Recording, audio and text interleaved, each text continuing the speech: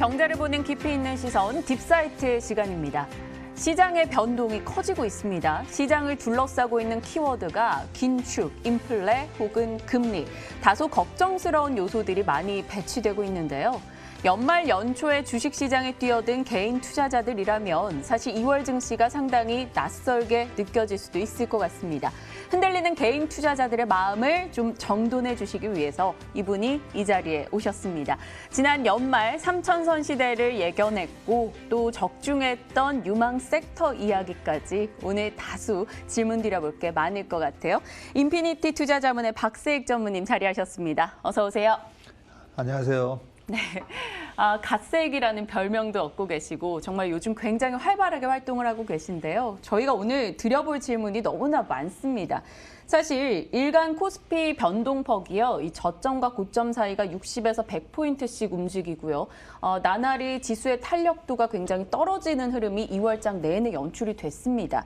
사실 지금 시장 자체에 대한 판단과 앞으로의 전망 굉장히 왈가왈부하는 의견들이 오고 가고 있거든요. 전무님의 시각은 어떠세요? 네, 요즘 주식시장에 뛰어든 많은 투자가분들이 최근의 조정장에 대해서 걱정들을 많이 하시고 계시잖아요. 근데 우리가 생각을 해보면 11월, 12월, 1월 초까지 굉장히 가파른 랠리가 있었었고요. 이런 가파른 랠리 속에 이제 시장이 잠시 쉬어가는 겁니다. 예, 그래서 우리가 뭐 달리는 말에 올라타라 이런 식으로 시장을 말에 많이 비유를 하잖아요. 1430까지 갔었던 그 시장이 아직 1년도 안 됐어요. 그죠? 네. 근데 1430에서 2000포인트만 왔을 때도 이게 너무 많이 오른 거 아니냐라는 얘기를 했었잖아요. 근데 3200으로 왔잖아요. 예, 지수가 100% 이상 올랐는데 1년도 안 돼서. 네. 예, 이 정도 지금 왔다 갔다 하는 조정에 여러 가지 고민들을 많이 하시는데 시장이 가파르게 올랐기 때문에 그냥 쉬어가는 거고요. 그러면 이제 쉬어가는 어떤 모습을 보면서 네. 우리가 또 시장에서 힌트를 얻을 수가 있거든요. 예. 그러면 최근에 왔다 갔다 하는 모습이 제가 생각했던 것보다는 변동성이 적어요. 예. 3,200에서 보통 지수가 쉴 때는 10%에서 한 15%까지도 빠지잖아요. 네. 예, 10% 빠지면 320포인트 빠져야 돼요.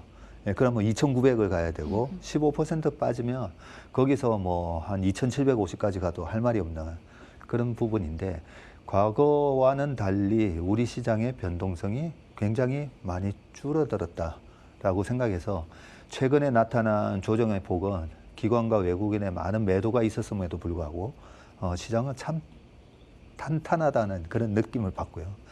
그리고 최근에 뭐 거래량도 줄고 뭐 거래대금 줄고 고객 예탁금 좀 줄었다고 그런 부분도 걱정을 많이 하시잖아요. 네. 예, 원래 상승장에서 이게 우리가 거래량은 뭐 주식은 뭐 거래량은 주식가의 뭐 그림자고 뭐 이런 여러 가지 표현들이 있듯이 실질적으로 거래를 동반하지 않는 상승은 그게 조금 의미가 약간 퇴색될 수 있는 부분이 있는데 최근에 조정에서 오히려 거래가 줄고 있잖아요. 네, 그런 얘기는 거래를 많이 일으키면서 이제 주가가 빠지면 이게 진짜 빠지는 조정장이라고 볼 수가 있는데 지금은 이제 거래가 줄고 왔다 갔다 하는 조정의 패턴이기 때문에 전형적인 강세장에서 나타나는 그냥 기술적 조정에 불과하다. 그렇게 보고 있습니다. 지금 해주신 말씀이 사실 이 흔들리는 개인 투자자들에게는 얼마나 큰 힘이 되는 얘기일까요? 지수가 흔들리고 있는데 거래량이 실리면서 조정이 나오는 것이 아니기 때문에 전형적인 지수 상방 타임 속에서 나오는 이 짧은 쉬어감이다라고 이야기를 해주셨습니다. 수급 주체들 사실 그간 좀 꽉 막혀 있었던 건 사실이에요. 연기금도 40거래를 매도하다 오늘 겨우 조금 매수해주는 모습이 나오기도 했는데요. 사실 시장을 오늘장만 봐도 이렇게 강하게 끌어올리려면 외국인과 기관 수급이 지속적으로 들어와야 되는 것 같은데 이 수급의 막힘은 언제쯤 제대로 풀릴 수 있을까요? 네, 외국인의 우리나라를 쳐다보는 시각은 그럼 어떤가라고 봤을 때 작년 연말에 이제 모건 스탠리에서 나왔던 한국 시장에 대한 리포트는 우리나라 시장이 2021년도에 코스피의 순이익이 48% 정도 증가할 거고 그렇기 때문에 코스피는 3,200 정도 갈 수 있다. 뭐 이런 예측을 했었는데 네. 정확하게 맞았어요. 그러네요. 그죠? 네. 그런 상황에서 3,200을 왔잖아요. 네, 그리고 48% 정도의 순이익이 증가하는 그런 부분을 예상을 하면서 작년 11월 달에 외국인의 강력한 매수가 있었었죠. 그 강력한 매수를 바탕으로 지수가 훌러덩 이제 3,000까지 올 수가 있었었는데 지금은 그 외국인이 바라보는 시각으로는 지금 적정 주가 수준에 와 있는 거예요. 네. 네. 그렇다면 이제 모건 스탠리의 그런 논리로 따지면 48%가 아니라 시장이 60%, 70% 이익이 증가한다. 예, 이렇게 이익 전망치가 바뀌어야 되고 바뀌어야 되는데 다행스러운 거는 최근에 우리 국내 증권사들의 이익 추정치를 보면 61%까지 올랐어요. 예, 네. 올해 코스피의 순이익 전망치가. 그래서 그런 부분들이 어느 정도 이제 시장에 반영이 돼야 되는데 그런 부분이 외국인들의 시각에서 아직 바라봤을 때 아직 그런 이익이 추가적으로 늘어난 부분에 대해서 조금 정보가 전달이 아직까지 안 된 게 아닌가 이런 생각도 들고 반면에 골드만삭스에서는 네. 예, 그저께 리포트가 나왔는데 이런 이유 때문에 코스피가 3,700까지도 갈 수 있다라는 리포트가 네. 나왔어요. 네. 그런 거를 보면 전 세계적으로 일단 국내 우리 상장사들의 작년 코로나 위기에 대비해서 굉장히 선방을 했었잖아요. 그리고 올해도 전 세계에서 가장 강력한 이익 모멘텀을 만들어내고 있는 그런 모습을 보이고 있기 때문에 그동안에 달려왔던 말이 지금 쉬고 있잖아요. 예, 쉬고 있는데 이 쉬는 기간이 작년에도 보면 8월 초까지 2,450을 터치하고 그러고 나서 9월, 10월, 11월 초 이제 미국 대선이 있기 전까지 한 2달에서 2달 반 쉬었었거든요. 지금 1월 11일 날 고점을 기록하고 나서 지금 쉬고 있는 모습이기 때문에 제가 생각했을 때는 2월, 3월 그래서 3월 한 두째 주 정도가 어느 정도 기간 조정이 마무리되는 그런 시점이 되지 않을까 하는 생각이 들고요. 우리나라 기업들의 이런 실적들이 계속 우상향하는 그런 모습이 유지된다면 외국인들이 지난 11월과 같은 모습이 3월 말에서 뭐 4월 달 되면 다시 한번 외국인의 강한 매수세가 또 들어올 수도 있다라고 생각합니다. 근데 그 이익 추정치가 정말 이번에 61%나 증가하는 게 맞는지에 대한 네. 시장은 좀 확인을 해보고 싶은 거죠. 과연 1분기는 이렇게 우리가 예상한 수익대로 이번 1분기가 나오는지 그런 부분을 조금 확인하고 싶어 할 거기 때문에 그 기간까지는 우리가 약간은 투자가들이 너무 조급하게 시장을 바라보지 말고 그런 실적이 진짜 나오나? 그런 걸 좀 점검하는 시간을 좀 가졌으면 좋겠어요. 네, 사실 해외 IB에서는 우리에게 이렇게 후한 시선을 주고 있는데 우리만 유독 우리 증시에 조금 박하게 이 전략을 내세웠던 건 아닌가 싶기도 합니다. 달리는 말이 지금 목을 축이고 잠시 쉬고 있는 시점이다 언급을 주셨고요. 3월 둘째 주가 지나고 나면 우리 시장이 다시 탄력을 키울 수 있다라는 점도 기대 요소로 하나 남겨두겠습니다. 그런데요, 시장이 이렇게 잘 갈 거다라는 기대를 하기에는 해외에서나 국내에서나 자꾸 언론에 나오고 있는 얘기가 있잖아요. 바로 금리입니다. 네. 미국에서 뭐 장기 국채 금리가 올라가서 그로 인한 인플레 우려, 그래서 기술주 자금 이탈, 뭐 갖가지 얘기가 나오면서 우리 불안감을 자극하고 있거든요. 이 부분에 대한 시각은 어떠세요? 네, 뭐 자산 시장의 가격에 있어서 뭐 가장 중요한 요소는 금리니까요, 그렇죠? 네, 금리에 대한 중요성은 뭐 100번 강조해도 뭐 부족함이 없는데. 중요한 거는 항상 임계치가 중요한 거거든요. 티핑 포인트라고 하는 이 임계치가 굉장히 중요합니다. 그래서 어떤 상상을 해보셔야 되냐면 우리가 물놀이 동산에 가면 네. 큰 해골 바가지가 있잖아요. 그 해골 바가지에 이제 물이 차는데 물이 찬다고 해서 바가지가 바로 쏟아지는 건 아니잖아요. 네. 네, 그래서 그 임계치에 도달했을 때 바가지가 확 쏟아지는 거거든요. 그래서 금리가 어느 정도 수준이었을 때 이게 주식시장에 부담을 주는지 항상 그걸 생각하셔야 돼요. 그걸 생각을 하지 않으시면 금리가 오르는 모습, 이번에 10년물 국채가 0.55를 찍고 돌았을 때 0.7 갔을 때도 금리가 올라가니까 이제 조심해야 된다. 이런 얘기들이 너무나 많았었잖아요. 네. 그 시장의 경기가 회복하면서 나오는 금리 상승은 어느 정도 주가에 위협을 가하는 수준의 금리 수준이 되기 전에 그런 얘기로 너무 빨리 주식시장에서 탈출하면 정말 그 파티를 못 즐기는 거죠. 그래서 파티가 끝나는 시간, 파티를 끝나게 만드는 그 금리 수준은 도대체 얼마인가 라고 봤을 때 2019년도만 하더라도 금리 10년물 국채 금리가 뭐 3%대에 있었거든요. 그러면 지금 1.3%, 1.3% 수준의 금리는 과연 주식시장의 투자가들이 이제 나는 주식 투자보다는 그냥 10년물 국채 금리 10년 동안 1.3% 받는 게 낫다라는 그런 비교를 했을 때 이렇게 머니무브를 만들어낼 만큼의 금리 수준인가? 전혀 아닌 거죠. 네, 그래서 금리에 대한 걱정은 저는 최소한 1.5% 이상부터 이제 와칭을 해도 된다는 생각이고요. 실질적으로 주식시장에 영향을 미치는 금리 수준은 최소한 2%는 넘어야 된다 저는 생각하고 있습니다. 그래서 우리가 2009년, 10년, 11년도에 미국의 금융위기가 있고 9년, 10년, 11년 동안에 시장이 랠리가 왔을 때 그때 보면 10년물 국채금리가 2%까지 급락을 했다가 거의 3.7%까지 계속 올라가거든요. 계속 올라가는 동안 주가는 계속 같이 움직였었고요. 주가가 같이 움직였던 이유는 그때 당시에 유가도 올라가고 커머디티 가격도 올라가고 네. 화학제품 가격 올라가고 마치 지금이랑 똑같은 모습이에요. 그죠? 똑같은 모습에 10년물 국채 금리가 3.7까지 올라갈 동안 시장에 영향을 못 줬어요. 그렇기 때문에 지금 1.3% 수준의 금리는 계속 오히려 여기서 금리가 떨어지는 게 저는 리스크라고 봐요. 왜냐하면 우리가 생각했던 경기 회복이 안 올 거니까 그걸 금리가 반영을 해주는 거니까. 그런데 지금은 하면서 금리가 계속 꾸역꾸역 올라오는 부분이 실세 금리가 올라가서 올라가는 게 아니라 기대 인플레이션이 올라가면서 올라가는 거거든요. 그래서 지금과 같은 수준이라면 금리에 대한 부분은 조금 더 1.5% 이상, 1.7% 이상 그 정도 돼서 걱정을 해도 된다. 저는 그렇게 생각합니다. 네, 사실 그동안 증시의 원동력은 경쟁 자산이 없다라는 거였는데 이번에 채권 금리가 올라가면서 그 경쟁 자산이 부상하지 않을까, 말씀대로 뭐 무브머니가 일어나지 않을까, 이에 대한 두려움이 상당히 많이 반영됐었던 것 같은데요. 그 임계치에는 전혀 도달하지 않았다라고 말씀을 주셨습니다. 뭐 실제로 과거에도 금리 상승기 7번 중에 6번은 지수가 올랐다라는 통계를 얼마 전에 봤던 것 같은데요. 이번에도 우리가 아직 걱정할 수준은 아니다 언급을 주셨네요. 앞서 말씀 주시기를 사실 이 외국계 증권사에서 국내 기업들의 실적 추정치가 올라갔고 그걸 반영해서 지수단을 높게 보고 있다라고 언급을 주셨습니다.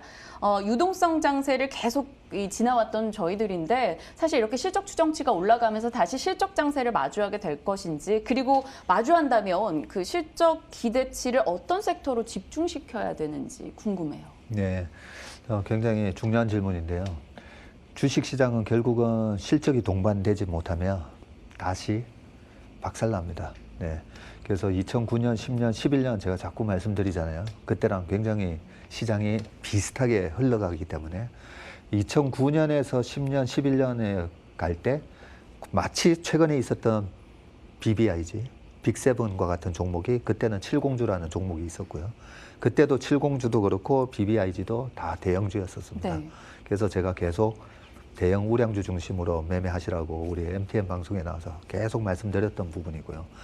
그러고 나서 2010년에서 11년까지 넘어가는 장에 한 번의 조정이 있어요. 2010년 5월 달에 그리스 사태라는 네. 그런 부분이 한 번 있으면서 시장이 출렁했다가 그러고 다시 올라가는데 그때 주도주의 변화가 일어납니다. 칠공주에서 차정 장소로 바뀌면서 탈락한 주식들이 있어요.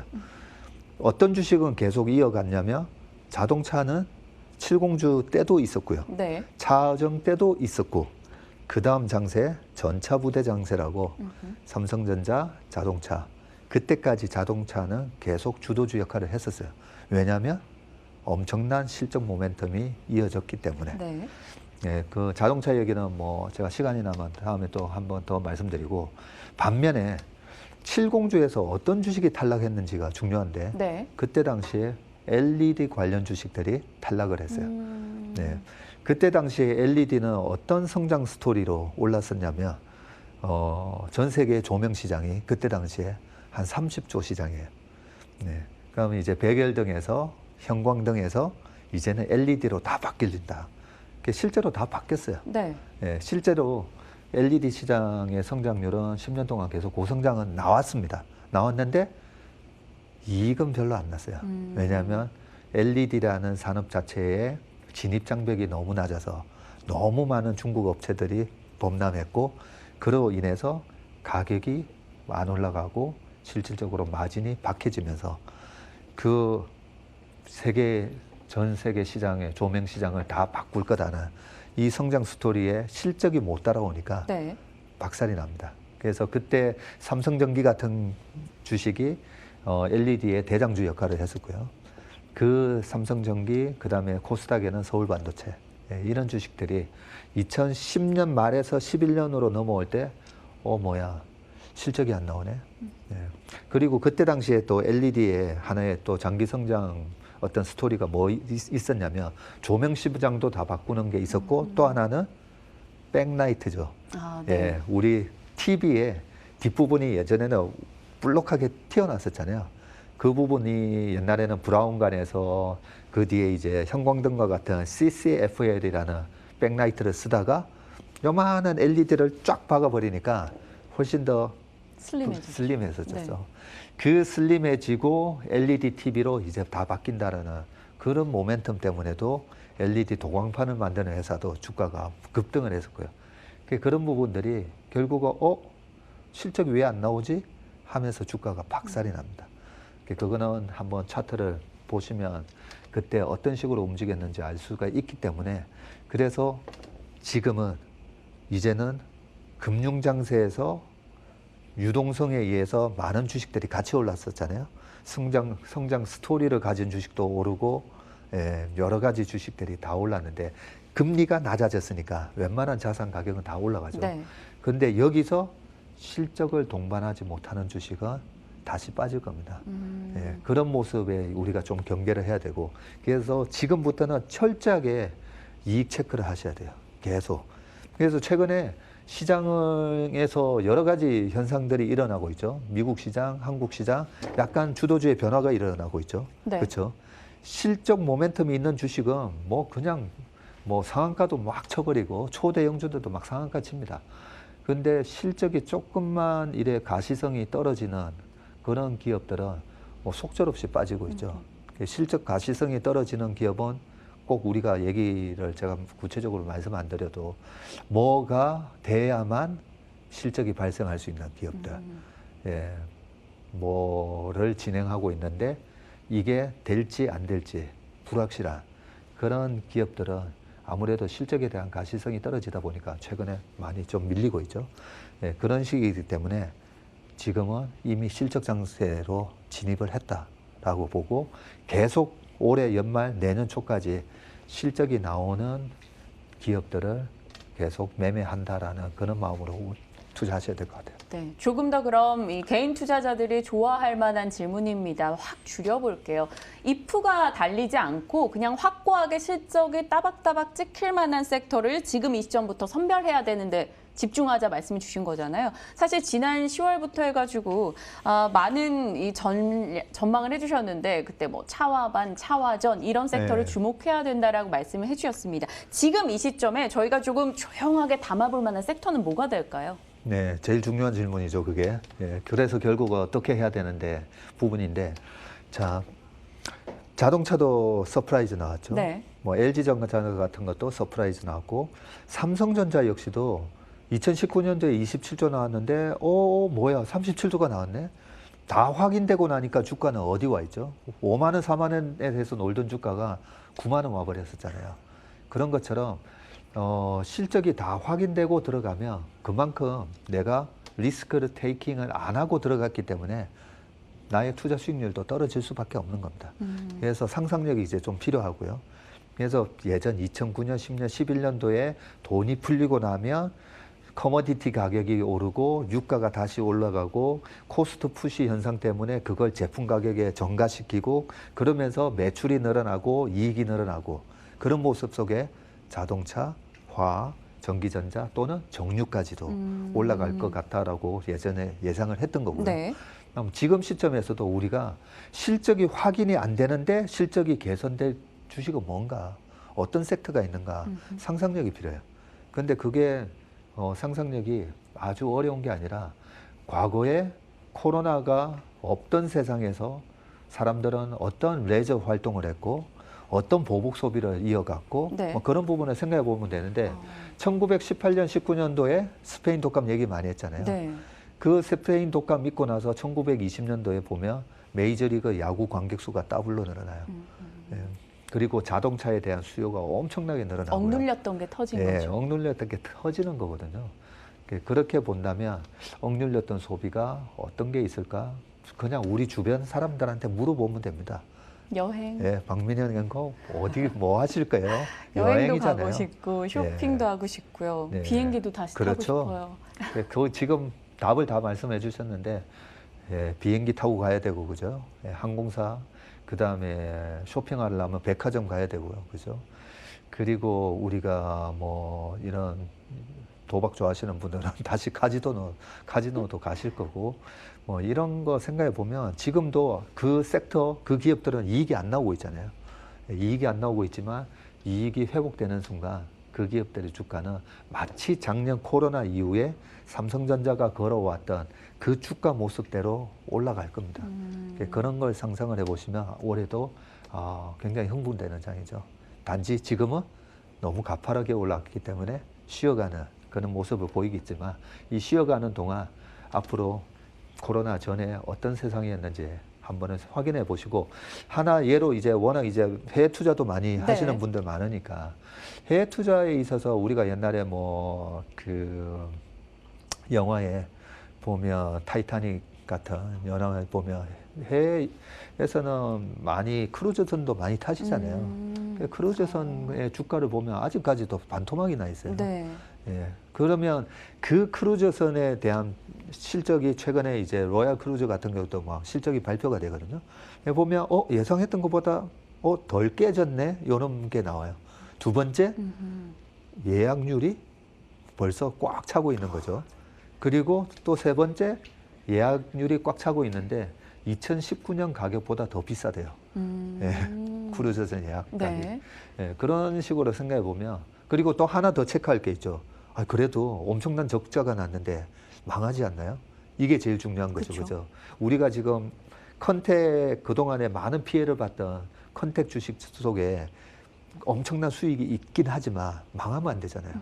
그래서 이 기업이 망할 수 있는지를 확인해야 되는데 그런 크루즈선에 대한 기사를 검색해 보면 작년에 회사채 유증을 통해서 엄청난 자금을 다 땡겨놨더라고요.